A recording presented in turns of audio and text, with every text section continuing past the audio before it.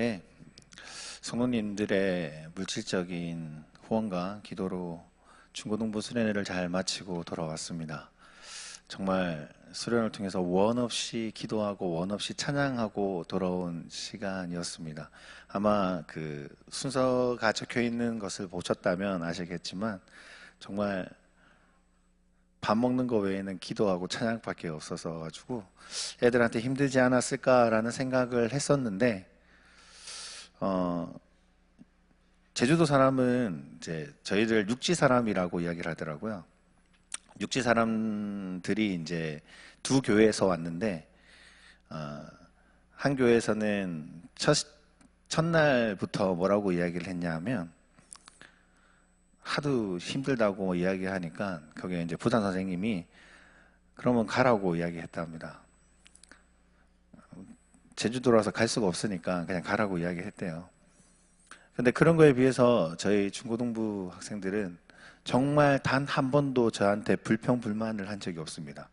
오히려 열심히 기도했고 끝까지 남아서 기도했고 또한 하나님을 사모하는 마음으로 다녀왔고 또한 저의 기도 제목을 이제 그들 통해서 이루어지는 모습이 조금씩 보이기 시작하는 걸 보고 정말 성도님들의 많은 기도가 얼마나 크게 느껴졌는지 모릅니다. 목사님의 문자, 제가 매일매일 목사님에게 보고를 한다고 문자를 드렸더니 목사님이 항상 답장마다 이렇게 주시더라고요. 온 성도님들이 기도하고 있으니까 은혜 받고 돌아오라고 문자를 주시더라고요. 하여튼 한 주 동안 정말 풍성하게 누리고 왔습니다. 많은 것들을 보고 왔고 많은 것들도 이제 은혜를 누리고 왔고 또한 주신 물질로 통해서 맛있는 것도 먹고 이제 돌아왔고요. 이제 아직까지 크게 변화하는 모습들은 보이지 않지만 조금씩 변화하는 중고등부를 바라보시면서 더욱더 기도해 주셨으면 감사드리겠습니다. 오늘 말씀은요, 삶의 표대라는 주제로 말씀을 나눠보고자 합니다. 2018년도를 정말 하나님만 바라보고 나아가겠다라는 그런 다짐의 말씀이 오늘 말씀으로 되어 있습니다. 오늘 이 말씀을 통해서 하나님이 주시는 은혜를 사모하며 나아가기를 원합니다. 어떤 소년이 이제 서울에 가서 공부를 하다가 아버지를 도우려고 이제 시골로 오게 되었습니다. 예전에는 이제 밭을 갈 때에 서로 이렇게 챙기질을 했죠. 이제 그걸 보습질이라고 이야기를 하던데, 이제 보습질을 하면서 아버지를 도와주려고 하고 있었는데, 아무리 보습질을 하고 간다고 하더라도 정일자로 가지 않고 계속 삐뚤하게 가는 거였습니다. 그래서 아버지가 그 아들에게 이렇게 이야기했다고 합니다. 어떤 목표를 두고 한번 보습질을 해봐 라고 했습니다. 아들은 저 멀리에 보이는 황소가 한 마리가 서 있길래 그 황소만 바라보고 보습질을 했다고 합니다. 그런데 나중에 결과를 뒤로 봤더니 그래도 삐뚤삐뚤하더라고 합니다. 그래서 아버지가 한 번 더 말씀했다고 합니다. 뭐라고 이야기했냐면 움직이는 목표로 하지 말고 저기 서 있는 소나무를 향해서 한번 보습질을 해봐 라고 했답니다. 아들은 그 말을 믿고 그 소나무만 바라보고 보습질을 했습니다. 결과는 그 한 방향으로 잘 되어 있는 밭을 바라보게 되었다고 합니다. 인간은 무엇을 위해 살고 또한 무엇을 위해 죽는 존재입니다. 인간이 충성하고 헌신할 수 있는 또한 대상이나 목표를 갖지 못한다면 허무주의자가 되고 말 것입니다. 또한 행복감도 느낄 수가 없을 것입니다. 나의 생명과 정열을 다 바칠 수 있는 목표나 신념을 가질 때 우리는 생의 충실함과 삶의 보람을 느낄 수 있습니다. 왜 그럴까요? 이유는 한 가지입니다. 하나님이 우리를 그렇게 만들었기 때문입니다. 하나님은 오로지 우리가 하나님만을 바라보고 살아가기 위해, 하나님은 우리의 찬양과 우리의 예배를 받기 위해 사람을 만들었기 때문에 우리의 삶 속에서 언제나 하나님을 찾는 그 마음은 누구에게나 있습니다. 그렇기에 목표가 없이는 살아갈 수가 없고 목표가 없이는 죽은 존재와 같습니다. 그런데 문제는 하나님만 바라봐야 하는 우리 존재가 그렇지 못하기 때문에 발생합니다.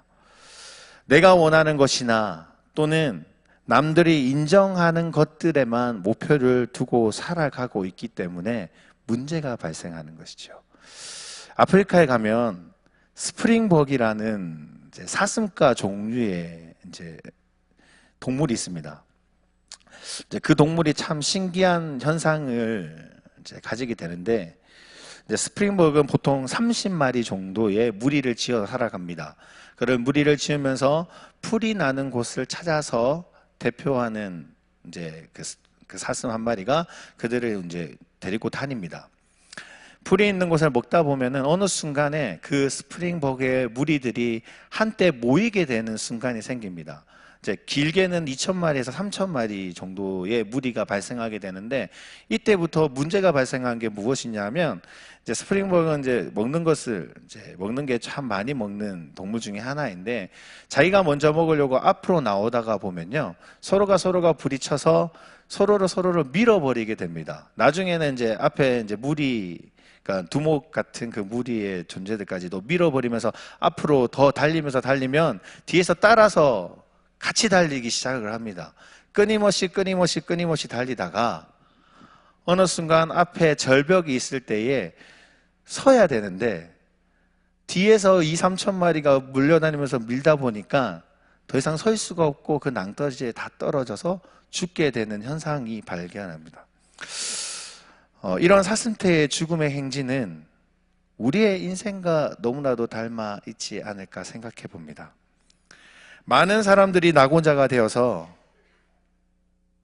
위험한 바깥쪽으로 밀려나지 않기 위해서 자기의 안전을 지키는 데만 필사적으로 질주하고 있는, 목적과 목표가 분명하지 않고 결국 죽음으로 달려가는 우리의 인생의 모습과 닮았다라고 할 수 있습니다. 오늘 우리의 이런 삶의 여정 속에 하나님은 사도 바울은 우리가 어떻게 올바른 목적으로 살아가야 되는지에 대해서 오늘 본문을 통해서 제시하고 있습니다. 오늘 본문에서 이야기하는 이 빌립보서는요, 감옥에 갇혀있는 바울에게 에바브로디도가 빌립보 교회의 소식을 가지고 찾아와서 그 빌립보의 소식을 들으면서 이 문제점이 발견하게 되는데, 그 문제점을 해결하기 위해서 빌립보 교인에게 쓴 편지입니다. 빌립보 교회는 사도 바울에게 있어서 정말 큰 영향을 미치는 교회였습니다. 왜냐하면 빌립보 교회가 돈이 많은 지역이었고, 그리고 그가 사역하는 모든 물질을 대는 곳이 빌립보 교회였습니다. 그렇기 때문에 더할 나위 없이 동력자였고, 그리고 큰 기쁨이 되는 교회였습니다.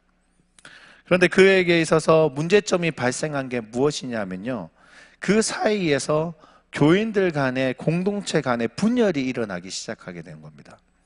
그 분열은 유대주의적 율법주의자들이 그 사이에 들어오면서 발견하게 되었고, 그들이 가지고 있는 율법주의를 그들에게 알려주기 시작하면서 빌립보 사람들이 그 문제를 끌려가게 되며, 사도 바울이 알려줬던 그 복음에 대한 부분에서 반복음주의적 사상으로 바뀌게 되는 문제가 발생하게 됩니다. 어떤 것이냐면요, 원래 그 빌립보 지역은 유대인이 많이 있는 지역이 아닙니다. 그렇기 때문에 빌립보 교인들은 신앙이 들어오기 시작하면서 유대인에 대한 그런 생각들이 강하게 있었을 겁니다. 궁금하기도 했고, 그들이 어떤 사상이 들고 있는지에 대한 물음도 필요했을 것입니다. 그들이 왔을 때, 그들의 사상이 전했을 때 그들에게는 아주 큰 영향을 미치게 됩니다. 율법주의자들은 그들이 받는 그 할례가 구원의 증거임을 이야기하면서 빌립보 교회도 그 문제에 대해서 걸리게 된 겁니다.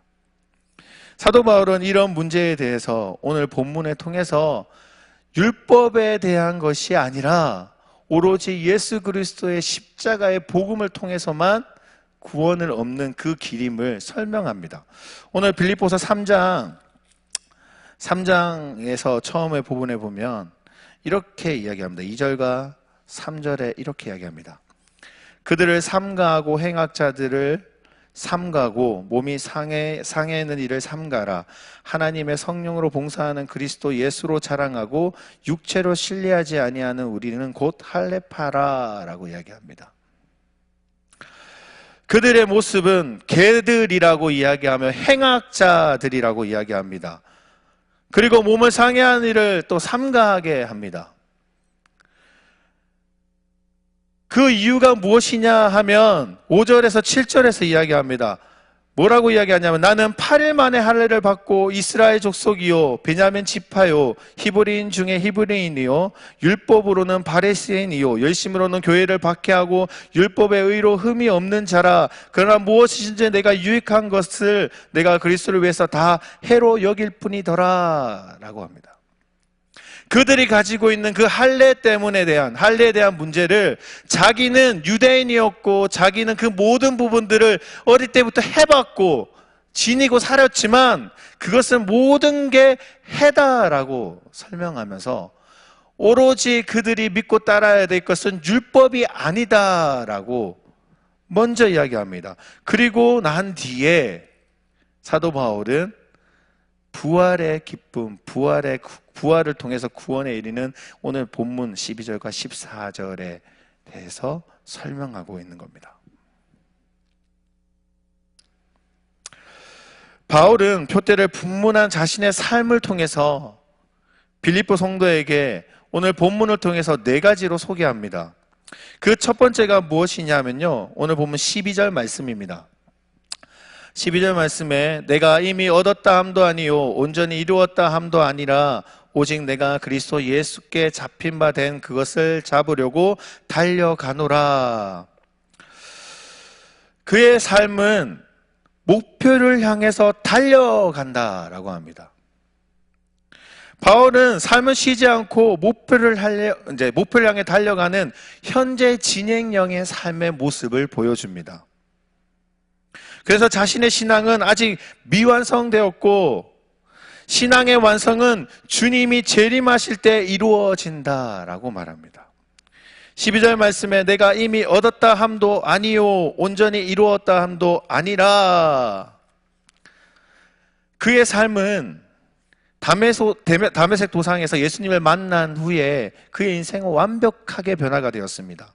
오로지 하나님만 바라보고 예수님만 바라보며 그의 삶을 살아갑니다. 죽음의 순간에도 전혀 변함없는 그 믿음을 가지고 달려갑니다. 그의 삶은 누가 뭐래도 구원받았다라고 이야기해도 될 만큼 그의 삶은 정말 하나님의 표대로 맞춰서 나아가는 삶이었습니다. 이미 얻었다 함도 아니요 온전히 이루어진 것도 아니라라는 말은요, 자신의 그런 삶 속에 있었다 할지라도 나는 아직 구원을 받은 존재가 아니다. 나는 지금도 온전히 이루기 위해서 아직도 나아가고 있는 사람이다 라고 설명하는 겁니다. 그리고 난 뒤에 오직 내가 그리스도 예수께 잡힌 바 된 그것을 잡으려고 끝까지 달려가노라. 그는 감옥에 있으면서 언제 죽을지 모르는 상황 속에 그에게서 마지막 얼마 남지 않은 그 생명 속에서도 그는 구원을 위해서 끊임없이 노력하고 나아간다라고 빌립보 교인들에게 전합니다. 우리도 끊임없이 전진해야 합니다.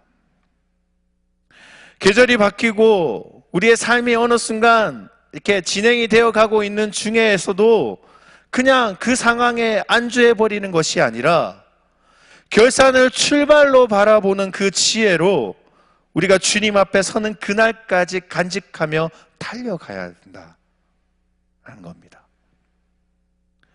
이번에는 나는 이렇게 했으니 됐어.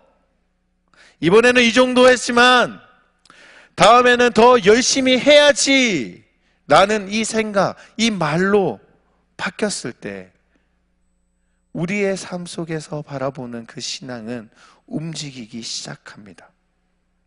주님이 나의 인생에 결산할 때까지 흔들리지 않는 그 표대를 향해 전진하며 믿음의 생활을 해나가야 합니다. 사도 바울은 두 번째로 그에게 있어서 빌립보에게 뭐라고 이야기하냐면 빌립보 교인들에게 과거에 얽매여 있는 사람이 아니다라고 설명하면서 그들에게 전합니다. 13절 말씀에 보면요, 형제들아 나는 아직 내가 잡은 줄로 여기지 아니하고 오직 하니 즉 뒤에 있는 것을 잊어버리고 라고 이야기합니다. 바울의 앞에서와 같이 자신은 아직까지 현재 진행형적으로 목적을 이루기 위해서 나아간다라고 강조합니다. 그리고 과거의 것에 잊어버린다고 이야기합니다. 여기서 잊어버리고 라는 말은 다 버려버린다라는 의미가 아니고요, 과거의 모습들에 얽매이지 않는다라는 의미입니다. 이것을 두 가지로 설명해 볼 수가 있습니다. 먼저는 자신이 다메섹 도상에서 예수님을 만나기 전의 모습과 만나고 난 후의 모습을 바라볼 수 있습니다. 먼저 만나보기 전에는요, 오로지 율법주의자로서 그리스도인들을 죽이면서 어떻게든 앞장섰던 것이 사도 바울의 모습이었습니다. 그가 죄를 지었고 하나님 앞에 온전하게 나아가는 것이 아니라 율법을 통해서만 그의 삶을 인도해 나아갔습니다. 그런 죄된 모습에 사도 바울은 다시는 얽매이지 않는다라고 이야기합니다. 그리고 예수님을 만나고 난 뒤에 그의 삶이 변화가 되면서 그는 끊임없이 하나님을 향해 갑니다. 하나님 앞에 살아갔고 그의 생명조차도 내려놓고 나아갈 정도로 사도 바울은 하나님의 일에 힘씁니다. 그것 또한 얽매이지 않겠다라는 의미입니다. 충분히 칭찬받을 수 있고 충분히 안주할 수 있는 상황이었습니다. 자신의 업적에 대해서 만족하고 그것에 의해서 주저하는 것이 아니라 끝까지 그의 모습은 과거의 모습보다 지금 나아가는 모습에 더 초점이 맞춰져 있다라고 설명하는 겁니다. 너희도 과거에 잘못한 것도 있고 지금도 열심히 하고 있지만은 더 하나님 앞에 열심을 다하라는 사도 바울의 이야기인 겁니다. 사람들 중에는요, 과거에 얽매여 있는 사람들이 너무나도 많습니다. 지금의 시대는 더 그렇습니다. 예전에는 내가 어땠어? 내가 예전에 얼마나 잘 나갔는데? 예전에 내가 돈을 얼마나 많이 버는지 알아? 예전에는 내가 어땠는데?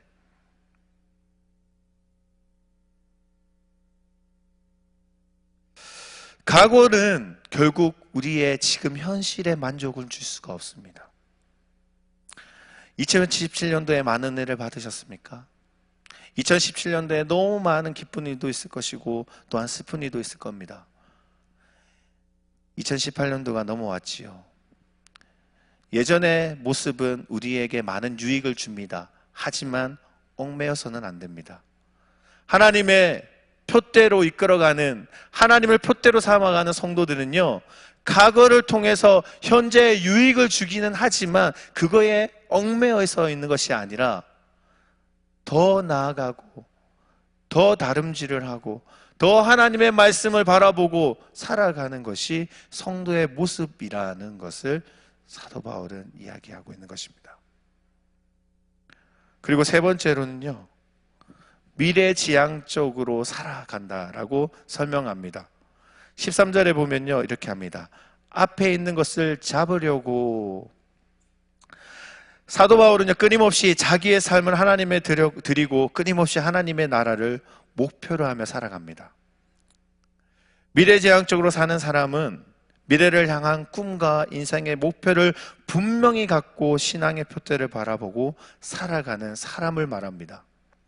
창세기 12장 1절에서 4절에는요, 이렇게 말씀합니다. 예수께서 아브라함에게 이르시되 너는 너희 고향과 친척과 아버지의 집을 떠나 내가 내게 보여줄 땅으로 가라. 내가 너로 큰 민족을 이루고 내가 복을 주어 내 이름을 창대하게 하리니 너는 복이 될지라. 너를 축복하는 자에게는 내가 복을 내리고 너를 저주하는 자에게는 내가 저주하리니 땅의 모든 족속이 너로 말미암아 복을 얻을 것이라 하신지라. 이에 아브라함이 여호와의 말씀을 따라갔고 롯도 그와 함께 갔으며 아브라함이 하란을 떠날 때에 75세였더라. 불현듯 하나님은 아브라함에게 찾아오셔가지고 이야기합니다. 너는 떠나라. 너의 고향과 너의 친척과 너의 집에서 떠나라 라고 이야기하십니다. 명령하십니다. 지금이야 그렇게 이야기하면 떠날 수가 있지요. 뭐 지금이야 하루만 지나면 저쪽에 저희가 살고 있는 이 한국 땅에서 완전 지구 반대편까지도 갈 수 있는 시대입니다. 뭐 지금 대구, 제가 고향이 대구인데 대구까지 가는데 여기서 3시간이면 갑니다. 차를 타고 고속도로 달려가면은 가지요. 근데 이 시절에는 고향을 떠난다라는 거, 또는 자기의 친척들과 떠난다라는 거, 또는 자기가 모르는 오지로 간다라는 건요, 죽음을 각오해야 됐습니다. 언제 주위에서 문제가 발생할지 모르는 시대입니다.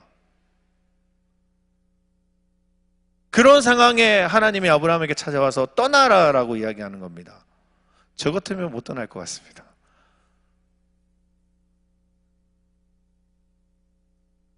아브라함이 이때 하나님에 대한 부분을 정확하게 알았는지에 대한 부분은 잘 모르겠습니다. 우리가 지금 알고 있는 하나님의 모습과 아브라함이 알고 있는 하나님의 모습이 같은지는 잘 모르겠습니다. 하지만 그 하나님의 말씀을 믿고 떠납니다.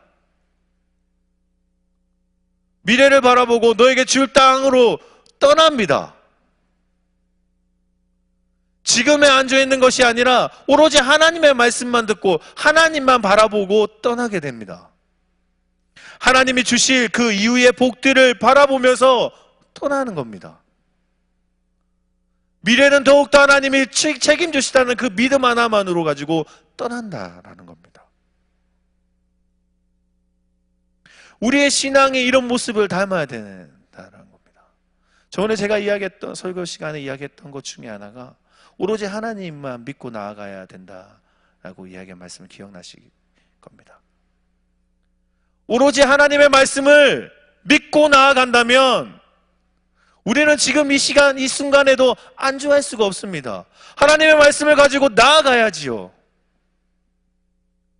아브라함이 그랬던 것처럼 우리 또한 미래를 바라보면서 더 큰 상급을 바라보면서 하나님이 주시겠다라는 그 구원의 기쁨을 가지고 떠나야 되지요. 나아가야 합니다.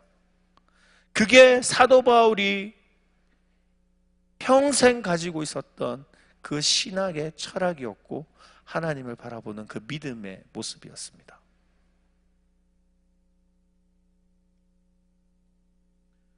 그리고 14절에 그 사도 바울은 설명합니다.